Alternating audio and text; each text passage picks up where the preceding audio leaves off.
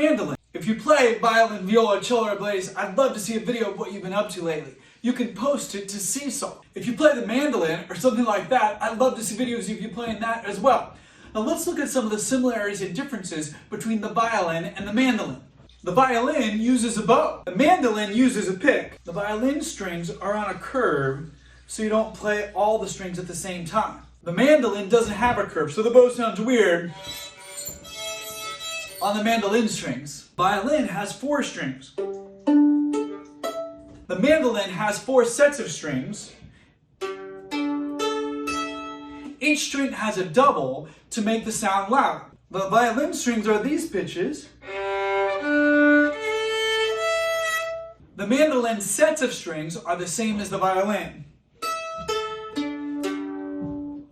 The mandolin has frets, which means when you put your finger down on a certain note, it will only play that note. There are only a certain number of notes that you can play. The violin does not have frets, which means changing your fingers just a little bit essentially changes the pitch. So there's an infinite number of pitches that you can play on the violin.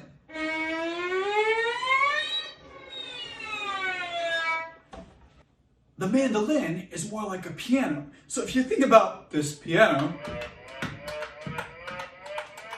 and with any piano, there's only certain notes that you can't play. You can't play in between these keys. And that's what the frets do on a mandolin.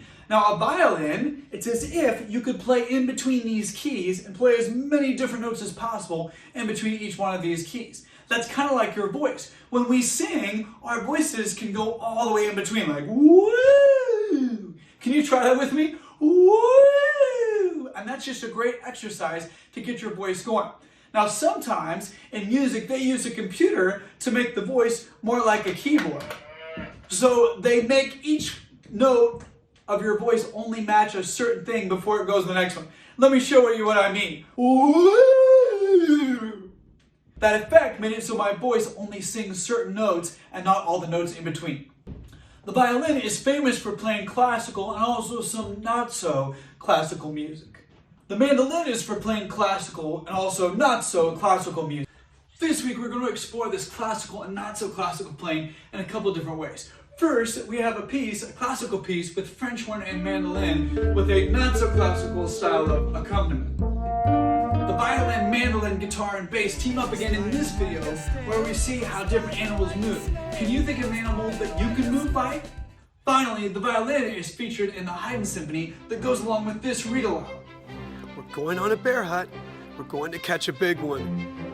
What a beautiful day. We're not scared. Hello, are you still there? I have a secret video that's only going to be posted on SeeSaw. A little disclaimer, no music teachers were hurt in the making of this video. At least not very badly. I'll see you guys later. Have a great week.